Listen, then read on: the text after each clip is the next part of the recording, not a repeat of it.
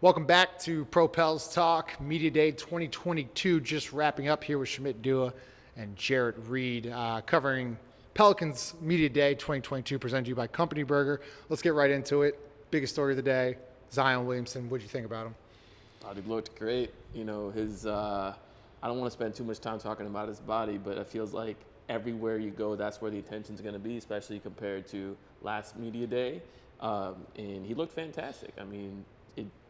Obviously, what he's going to have to do on the court will have to speak for itself, but I thought Zion gave a great interview. I thought there was a lot of truth behind what people are saying in terms of him getting ready for the season. Yeah. His teammates were able to speak on him taking things seriously and also giving their advice on what it takes to be a player of the caliber of like a LeBron or a Giannis. So it was good to see. What'd you notice different about Zion Williamson today from years past, Jarrett? I think he usually has a smile on his face, but this smile was consistent. It was throughout. His energy was upbeat. He didn't seem off. He seemed like he was ready, and he's finally cleared to play basketball. So it seems like he's ready to play and ready to get in tune with the organization. Yeah, and we talked about it with Willie Green. It's gonna take some time to get him accustomed to some offensive and defensive schemes. But let's talk about another guy, Shamit. CJ McCollum just signed the extension. Seemed to be pretty happy. He was talking about how he set up the off-season workouts. What did you think about him today? I think every time CJ speaks, you're reminded why they brought him into the organization. You're reminded that he is not only the adult in the room, but this guy is someone who is the president of the player union and commands respect everywhere he goes.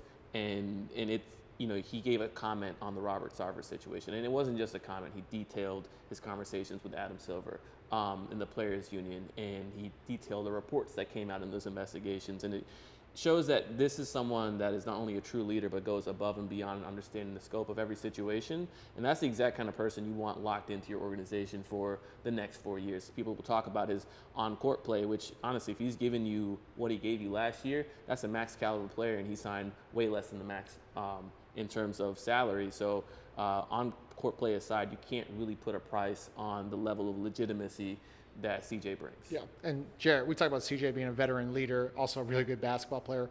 What's that going to be like for him to, have 4 more years, especially with Zion Williamson coming back? What do you expect from him this year? That just gives you a foundation. You already have those pieces, but now you have them locked in. Now you can really just build on what you did last year, and now you're adding Zion to that mix, a mix of players. And I think the sky's the limit. Now he has another year. He'll have another year under Willie. He'll finally know the plays, which he mentioned in the interview that, in the playing game, he looked at Larry Nance like, I don't know this play. That's crazy in your playoff team. Right. So I think this would really help him in the team's success. Yeah, I'm glad you mentioned that because, CJ McCollum getting used to the playbook now, right? Familiarity. What do you expect to see from a point guard this year in like CJ McCollum? To do what he did last year, I'm not really – I know there's people out there that complain about what he did last year, but I'm not. I think he'll just continue to do what CJ does, and now he'll have way more open shots to take, which I think he was rated a number 1 shot maker when he's wide open.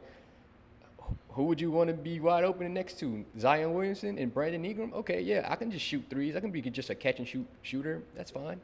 Yeah, let's talk about spacing. Shamit, Jarrett just nailed it on the head right there with spacing and CJ McCollum. Another guy, Trey Murphy. What do you expect to see from Trey this year? Big things. I think he really earned his role last season, and the coaching staff has commented on it. He's well aware of it, but he has a definable NBA skill that on the roster nobody has at his level. And the fact that he can shoot as well as he does at his size brings you the ability to play him at different positions and not compromise yourself defensively. So I think those 2 items are a key part of putting together units for the Pelicans on both offense and defense. And in my opinion, he has to be one of the first players off the bench, if not the first player off the bench every single time, just because of what he brings. Yeah. And Jarrett, another guy, we're talking about Brandon Ingram, and you had mentioned before we got on, he's had 5 or 6 different coaches. This is finally a year where he has the same coach back-to-back years. What did you take away from his press conference today? He said he was happy, but he actually looked happy. Even with his hair all over the place, like he looked free. He looked like, hey, I'm walking into something that I own. And he owned the interview. I guess the interview, whatever you want to call it.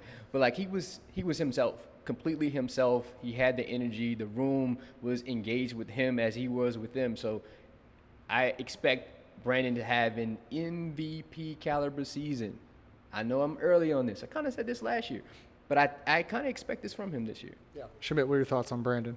I think Brandon, as always, is incredibly composed in front of the mic, and he gives very thoughtful responses. And one thing that really stuck out to me was him saying that he doesn't like putting expectations on the Pelicans or his fit with Zion, because that'll come with disappointment or it can put a ceiling on what you're trying to accomplish. Sure. And he doesn't want to do that. And he takes things at his own pace. He knows if he puts the work in, they'll get where they're trying to go. And pretty much everybody that came up to the mic today talked about how hard of a worker he is and how they haven't seen anything like that in their time in the NBA. So I was very impressed with Brandon. And one thing that also stuck out to me was he talked about his willingness to maybe embrace a greater role behind the three-point line. And so we'll see if that comes to fruition. Sure. And you look, I asked Willie Green today, could you see Zion Williamson, have you thought about it being at the 5? And Jarrett, last thing before we get off here, could you imagine that small ball lineup with Zion Williamson at the 5, and then Trey, Herb, speak on that. Brandon, Justin, we've talked about so many different lineups, but I can only imagine what that looks like in person. Like, even when we sit courtside, I can only imagine what that would look like. There's so many options when you have Zion, somebody like Zion, which there's nobody else like Zion, at the 5 as your nail. Good luck. Good luck. Good luck's right. I mean, Shamit, last thing before we sign off here. I mean, Willie Green was part of that death lineup. They had Kevin Durant, right? Andre Iguodala, the Splash Brothers. They throw in Harrison Barnes sometimes, and that was before him, and Wiggins, all this stuff. What do you see a death lineup for the Pelicans being like with Zion at the 5? Man, that's tough. I feel like Willie's going to lean on veteran depth a little more. So I think the 5 is probably going to be Larry in those situations. And then you're going to have Zion as your other big man, quote unquote. Brandon Ingram as your other front court player. And then in the perimeter, I think you have Herb Jones. And they're going to close with CJ. And I think what's cool about that is, hey, if you want to do an offense-defense sub, then maybe you sub in Dyson or Trey for Zion or CJ, and you figure out what you want to do with those units. But I think there's like a pool of 8 players that you could kind of like interchange and get really good results depending on who's hot that night or what the matchup is. And there's just a tremendous amount of flexibility that they have to go in that direction. Yeah, flexibility and options are the 2 biggest things. Everyone's going to be available starting training camp tomorrow, besides Kyra Lewis, who's coming back from an ACL, and also Larry Nance, who has a calf strain, but I don't know if he's full participant. But other than that, everyone else is fully available. This is Jarrett Reed, Shamit Dua, Boot Crew Media, presented to you by Company Burger. Make sure to like, comment, and subscribe, and we will see y'all tomorrow.